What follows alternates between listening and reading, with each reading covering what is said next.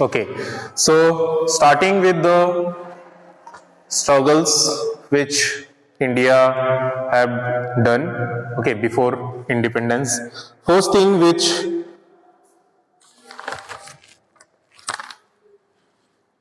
we have seen in this is the many challenges India face after the independence. Okay, what are the challenges which India face?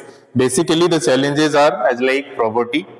Okay, first thing. After then, influences of the refugees, मतलब जो भी बाहर के countries से जैसे पाकिस्तान से यहाँ पे आए थे उनका जो ये था मूवमेंट था उसको लेकर के due to the partition of India and Pakistan, जो इंडिया एंड पाकिस्तान का पार्टीशन हुआ था उसके लिए। Okay, and the questions of the states of the princely states, जो प्रिंसली स्टेट्स था यहाँ पे नियर अबाउट इंडिया में कितनी प्रिंसली स्टेट था? 552 total 552 princely states are there after independence हो जाने के बाद भी कुछ तरह से इस तरह से ऐसा स्टेट्स था जहां पे वो अपना उनका किंग था, अपना राजा था, अपना रूल्स चलाते थे उस लोकेशंस में, तो उनको गैदर करना is the very difficult task. Okay, and then unemployment was most important challenges over there, employment नहीं था, ठीक है। After then, casteism is the difficulties which India face. Caste systems as like Hindu, Muslim and other जो भी caste है उसके basis पे या on the basis of the linguistic separation of the states. Okay, so ये सारे issues जो है these all after then issues of multiple language and so on. So these are the some of the issues which India face after independence. Okay. And before that, after the independence, just after the 6 month of the independence, the father of the nation, Mahatma Gandhi, was assumed by Nathuram Godse. Nathuram Godse के द्वारा जो है shoot कर दिया गया महात्मा गांधी को, ठीक है। So this was also a great shock for India because Mahatma Gandhi's philosophy only the rest of all political leaders they are following, they used to follow at that time also. Okay, after then the constitution of India, making the constitution of India is one of the most challenges for India. New rules, new laws, how to make, what changes it can be done, what will be the official language, what will be the other things. So those all challenges comes in India. Okay, and after a series of debates, there are lots of debates happens in assembly. वहाँ पे काफी बहस हुआ, काफी discussion हुआ. Okay, in the council assembly. Okay, the Constitution of India was come into effect on 26th of January 1950. तो कब हमारे Constitution आया था? 26th of January 1950. Okay, so then only, since then only we are celebrating 26th January as a what?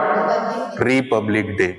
So India independence जो है पहले ही हो गया था, लेकिन Constitution बनाने में इतना टाइम लग गया और Constitution पास हुआ हमारे जनवरी मंथ में 26 तारीख को. That is why we are celebrating since then as like Republic Day. Okay, after then here if you are talking about the earlier law, when the law was making the constitutional law, yesterday we have learned one of the law wherein it allows the people who are more than 18 years of age. But at the time of constitution making, जब constitution बनाया गया, at that time one laws passes that is called universal adult franchisee. उसका universal adult franchise के हिसाब से the age limit it was is, what was the age limit to cast a vote? Yes, exactly, that is 21 at the time of making constitution, but that is later on it stands to 18. बाद में हम लोग ने जो पढ़ा है, ठीक है, बुक में हमारा जो है वो 18 है, but at the time of making earlier it was 21. ठीक है, तो कभी कभी यहाँ पे क्वेश्चन पूछा जाता है इससे रिलेटेड कि एज पर the universal adult franchises is one of the main features of the Indian constitutions. Under this act, all Indian above age 21 are allowed to cast the vote, but later on it became changed. It changed to 18 years. Okay. After then, our constitutions of India guarantees several things, and out of those, some of the guarantees as like equal opportunities in all the sectors, in education, in employment, in all the places. Okay, everyone will be treated as equal, no any discrimination on the basis of the caste, on the basis of the rich and poor. So these all things included over there. Okay, so the constitution in India इसका guarantee देते हैं कि all the citizens, regardless their caste, creeds, gender, religion, these all will be treated as equal. Okay. After then, the Constitution of India also offers special privilege. So हमारे Constitution ये भी special privilege दिए किसको? Those who are belong from the backward classes as like SC, ST, OBC. Those all candidates got some reserve seat even in the assembly also. ठीक है, तो वहां पे भी उनका कुछ सीट जो है रिजर्व कर दिया गया. Only some of the places are there wherein the only peoples belong to SC, ST candidate only can stand there. Okay, and those people are termed as untouchables. Okay, untouchability का जो system था इसको abolish करने के लिए जो है these all steps comes. Okay, so these are the also one of the advantage which we get after the independence. Okay, the untouchables are Adivasis or the members of the scheduled tribes where हाँ, तो इस तरह से जो untouchables माना जाता था, किसको माना जाता था? वैसे लोग को, those who are scheduled tribes or those who don't have good access of all the things, right?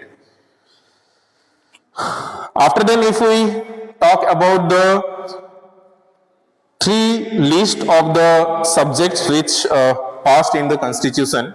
Okay, so three powers between, the divisions of power between the central and state. So that is also happens at that time only. After the making constitutions, it allows some of the powers they keep with the central government, some of the powers they given to the state governments, and the remaining some of the powers that include both state and center. So what these three powers are called? क्या बोलते हैं तीन को? हाँ, so what are those? State list, union list, and concurrent list. So what are the department which come under union list? Quickly tell, online जो भी है वो लोग भी बताएं. Union list में कौन कौन सा डिपार्टमेंट आता है? हाँ, revenue department and defense. Very good. And what are the department which come under state list?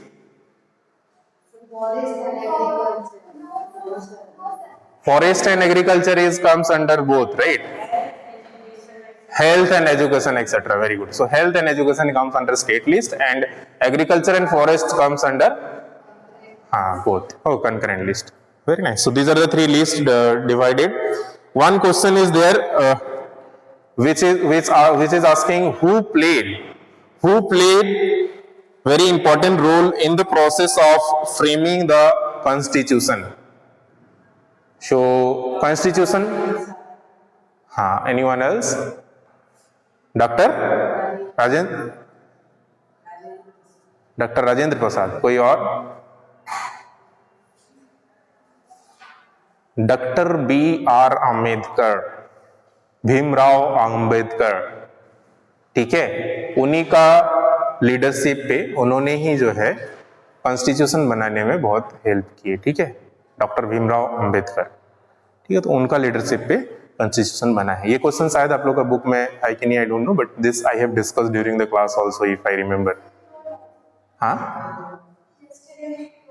yesterday or somewhere, I am not remembering yesterday or somewhere, but I have told. Okay, so after then, while drafting the constitution, जब constitution को draft किया गया था, the Indian above age of dash were given the right to vote in the national and state election.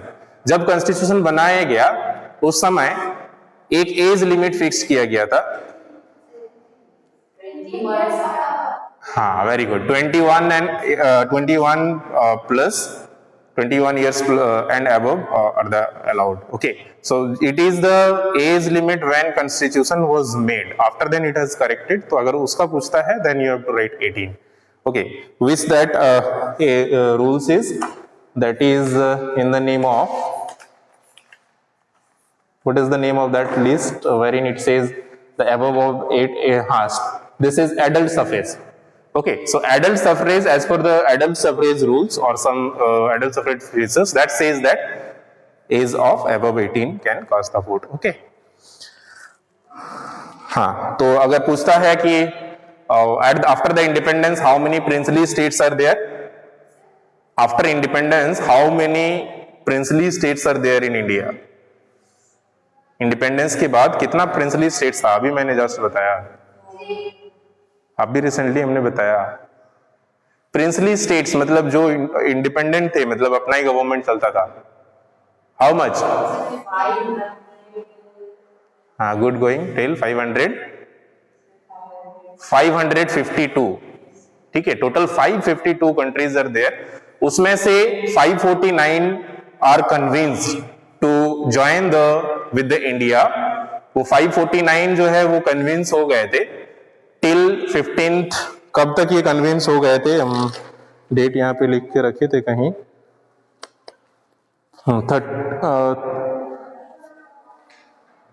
I think 19th अगस्त और something date हम कहीं लिख के रखे थे, तो बट एक पर्टिकुलर डेट तक हो गए थे convince. But some of the countries as like, यहाँ पे जो कंट्रीज है, कश्मीर है, हैदराबाद है और Junagadh, Kashmir and Hyderabad, these are the 3 states, they have not convinced to join.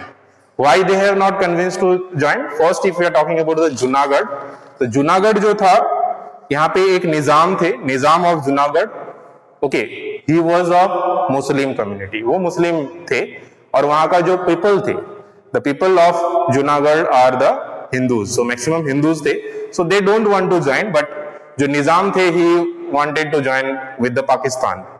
तो यहाँ पे फिर क्या हुआ कि इलेक्शन हुआ, ठीक है, कि पब्लिक का इलेक्शन हुआ कि इसमें कितने पब्लिक चाहते हैं कि they wanted to join with Pakistan and कितने पब्लिक चाहते हैं कि they want to join with India. तो उसमें से देखा गया कि मैक्सिमम लोग जो है इंडिया के साथ ज्वाइन करना चाहे, तो उसके बाद इलेक्शन में जब जीत गए तो फिर इंडिया के साथ ज्वाइन होंगे, ठीक है, ये जूनागढ़ का हुआ। उसके बाद ये जो ये था, उसके बाद जूनागढ़ के बाद हैदराबाद जो था, हैदराबाद में क्या था, इसमें भी एक निजाम अली खान करके थे, ये नहीं चाहते थे, ये चाहते थे कि हम इंडिपेंडेंट रहेंगे, ठीक है, नहीं ये उसके साथ पाकिस्तान के साथ जाना चाह रहे थे, नहीं इंडिया के साथ जुड़ना चाह रहे थे। तो ये बोल रहे थे आई विल बिकम इंडिपेंडेंट। तब इंडिया क्या किए कि अटैक करने दिए उनको, ठीक है, India use their army forces, okay, and जब आर्मी फोर्स अटैक कर दिए तो फिर वो बोले कि ठीक है, फिर after then he joined with the India.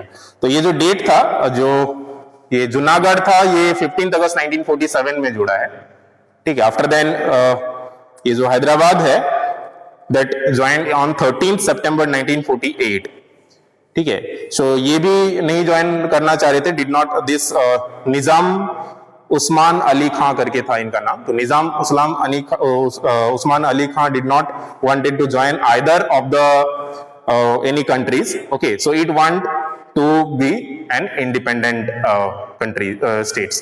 तो वो इंडिपेंडेंट स्टेट रहना चाह रहे थे। वहां पे जब ब्रिटिश गवर्नमेंट गए तो वो 3 ऑप्शन दिए थे कि either you can join with India और you can join with Pakistan और you can, if you want, you can be independent also. So यहाँ पे वो इंडिपेंडेंट चाह रहे थे, ठीक है। तो इसके बाद जब अटैक किए इंडिया सबको ही मिलके, तो फिर हार मान गए, नहीं चलो ज्वाइन कर लिए थे। फिर उसके बाद जब बात आया जम्मू एंड कश्मीर का, तो यहाँ पे एक राजा करके थे, ठीक है, तो वो भी हिंदू थे, ठीक है, सॉरी हाँ वो हिंदू ही थे, और वहां का पीपल जो है कश्मीर का मैक्सिमम मुस्लिम पॉपुलेशन ज्यादा था।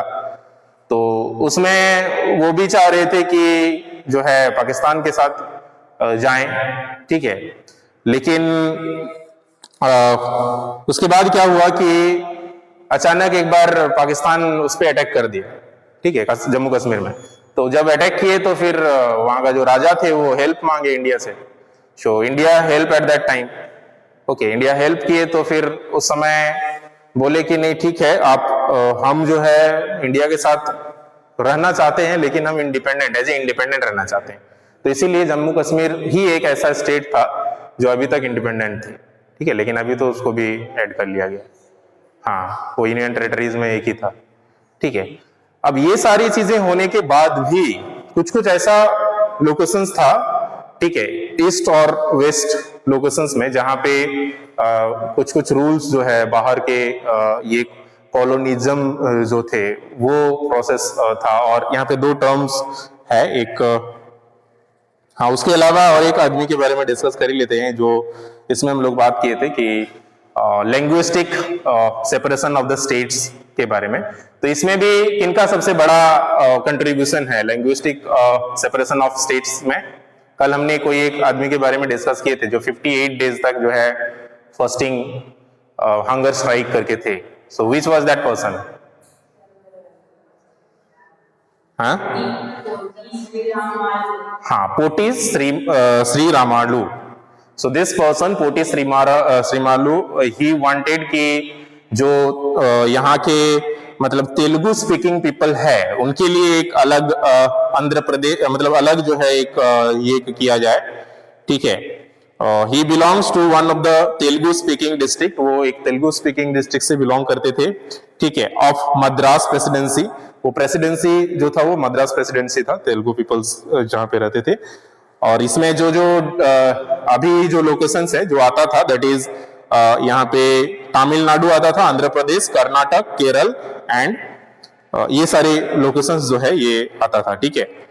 एंड ये सारे फिर प्रोटेस्ट करना चालू किए और स्पेशली यहाँ पे एक स्टेट घोषित कर दिया गया फाइनली आंध्र प्रदेश को ऑन 1 अक्टूबर 1953, ठीक है। तो ये सारी चीजें स्ट्रगल्स के बाद फिर धीरे धीरे जब आंध्र प्रदेश को मिला तो बाकी और भी स्टेट्स था वो भी अपना अपना डिमांड करना चालू किए। और बॉम्बे जो है, बॉम्बे पहले एक ही था, उससे फिर सेपरेशन हो गया महाराष्ट्र और गुजरात में, ठीक है। पहले गुजरात और महाराष्ट्र दोनों एक ही कंबाइन था in the name of Bombay, ठीक है। अभी उसका मुंबई किया गया है, ठीक है। और ये जो सेपरेशन हुआ है दैट इज इन 1960 में बॉम्बे को जो है सेपरेट कर दिया गया। उसके अलावा और भी कुछ कुछ इंपॉर्टेंट प्लेस को सेपरेट किया गया है, लाइक नागालैंड जो है वो सेपरेट हो गया है आसाम से इन 1963, ठीक है। आफ्टर देन पंजाब जो है वो सेपरेट हो जाता है हरियाणा से, ठीक है। एंड हिमाचल प्रदेश और हरियाणा, इस तरह से 3 सेपरेशन होता है इसका, ठीक है, इन 1966। एंड ये सारे सेपरेशंस होता है, ठीक है। आफ्टर देन इसके अलावा भी कुछ कुछ जो हम बोल रहे थे that some of the colonialism systems and this type of things still are there. It is the attack of French and Portugals. तो यहाँ पे 2 तरह का और भी इस तरह से, जैसे हमारा मतलब यहाँ पे जो अंग्रेज का शासन था, ठीक है, इसके अलावा पोर्तुगल्स एंड फ्रेंच ये भी कुछ कुछ लोकेशंस पे ये किए हुए थे, कब्जा किए हुए थे, ठीक है, इंडिया का। तो इसी को नॉर्मली कॉलोनियलिज्म बोला जाता है। कॉलोनियलिज्म का एक्चुअल मतलब होता है कि कोई एक पर्टिकुलर वीक स्टेट को अपने कब्जा में रख लेना, ठीक है। जैसे मान लीजिए कि अगर यहाँ पे कोई एक ऐसा लोकेशन है जिसको जो बहुत वीक है, जिसको बहुत इजीली मतलब हरा के डरा के धमका के उसको हम अपना कंट्रोल में कर सकते हैं, तो उस तरह से डरा के कंट्रोल में रखना, ठीक है। So this is the practice by which a powerful country, एक कोई पावरफुल कंट्री होता है जो controls another countries in order to become richer. तो वो स्पेशली उनका पर्पस होता है और उनसे टैक्स वसूल करके और रिचर होना, जितना रिचर से उससे भी, ठीक है। एंड आफ्टर देन यहाँ पे और एक वर्ड होता है दैट इज कॉल्ड इंपीरियलिज्म, ठीक है। इंपीरियलिज्म का मतलब भी वही होता है कि यहाँ पे स्पेशली ये भी एक सिस्टम ही है, जैसे कॉलोनिज्म का सिस्टम है, उसी तरह से कोई एक दूसरे कंट्री पे कब्जा करने का, ठीक है। So these are the things which happens, okay. And after then, nowadays, if we talk the relations between all the neighborhood or nearby countries, you can see. So हाँ, उसके अलावा और कुछ कुछ चीजें था आप लोग का बुक में, जैसे foreign policies. Okay, so India का जो फॉरेन पॉलिसीज था वो क्या किए, इसमें क्या था कि at that time India thought that we should combine with some of the countries and work together for the growth of some of in some of the department. So ये सारे कुछ कुछ पॉइंटर्स, कुछ कुछ principles they develop and that principles name was Panchashil principle, right? So according to that Panchashil principle, 5 principles developed, 5 principles पे काम किया गया. ये भी हमने डिस्कस किया था कल. उसके अलावा एक SAARC किया गया. ये SAARC जो था ये that is combined of some of the states for the improvement. ये जो था ये अपना एक प्लान बनाए थे, ठीक है, कि ये सारे प्लान के थ्रू हम लोग आगे और ग्रोथ कर पाएंगे, जो इंडियाज फॉरेन पॉलिसी का प्लान बनाए थे, ठीक है. After then India's achievement, if you talk about India का अचीवमेंट क्या हुआ है आज तक आफ्टर इंडिपेंडेंस. सो यहाँ पे कंसोलिडेशन ऑफ द नेशंस, ये दो सबसे मोस्ट इंपोर्टेंट अचीवमेंट है कि सारा नेशंस को ये एक साथ इकट्ठा कर पाए हैं. यहाँ पे इतना स्ट्रगल्स, इतना स्ट्राइक्स, इतना प्रॉब्लम्स होने के बावजूद भी ये सारे कंट्रीज को एक साथ यूनिटी किए हैं. That is the most important achievement of India after independence. And after then solving language and tribal problems. तो जो भी लैंग्वेजिस्टिक को लेकर के ये हुआ, इतना प्रॉब्लम्स हुआ कि अलग से लैंग्वेज के बेस पे सेपरेट करना है या लैंग्वेज के बेस पे अलग एरिया बनाना है, स्टेट्स बनाना है, ये सारे प्रॉब्लम्स और जो भी स्पेशल प्रोविजंस है इस तरह का ट्राइबल्स पीपल्स के लिए या इस तरह से जो बैकवर्ड पीपल्स है उसके लिए, इनके लिए इन्होंने काम किया, ठीक है. इकोनॉमिक डेवलपमेंट, जैसे हमने पहले भी डिस्कस किया था कि after independence India's economy become very weak. अभी भी अगर आप बात करोगे तो ये कोविड के चलते इकोनॉमी बहुत गिरा हुआ है, तो इससे भी हालत बहुत खराब था उस समय. सो इकोनॉमिकली बहुत वीक होने के बावजूद भी काफी स्टैंड किए at that time India. Okay, so this is also one of the most achievement of India. After then development of an independent foreign policy, ये जो फॉरेन पॉलिसी भी डेवलपमेंट किए थे, इंडिपेंडेंट फॉरेन पॉलिसी डेवलप किए, that is also one of the achievement of India after independence. So these are the achievements which it asked during, I mean in long questions, ki what are the some achievements which India done after the independence. So these are the achievements which you need to write. Okay. After then, in initiation of election. So election start हो जाता है, ठीक है. Starting of elections, election system पहले नहीं था तो इसका भी शुरुआत किए. So this is also one of the great achievement of India. Development of science and technology में भी बहुत सारे काम जो है इंडिया डेवलप किए, इंडिया किए after the independence. Okay, so these are the some points related to the this. And after then administrative structure also तैयार किए कि कैसा एडमिनिस्ट्रेशन होगा, how the administration will work and all. So these all things have done.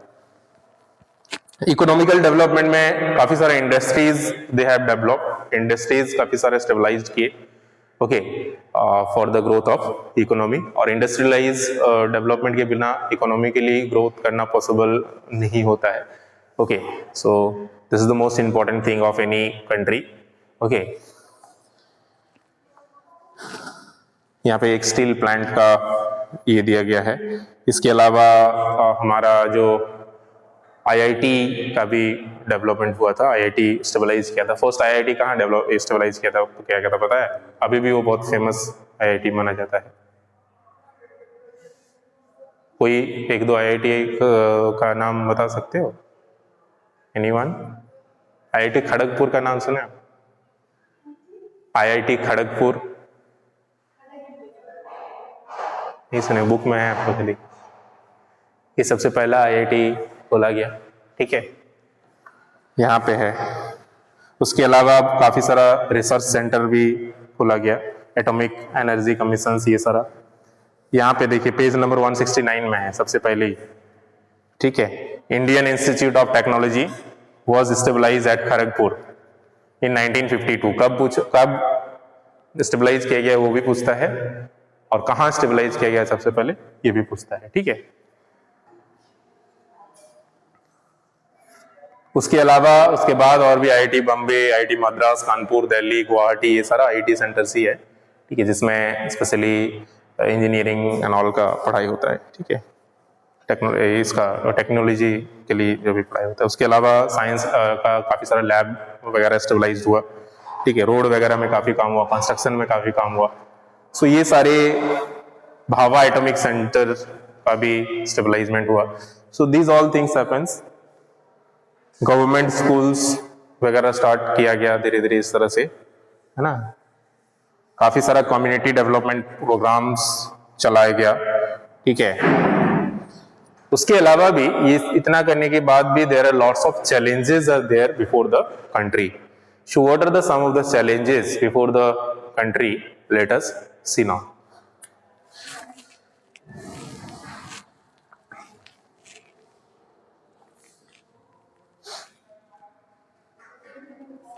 देखो, see what happens ना, sometime even after any or many changes in the institution, if we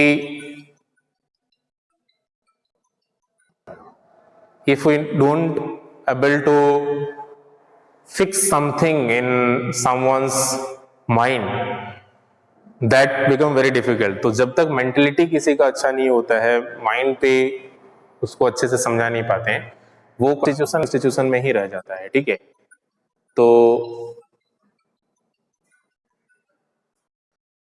this is the thing which you need to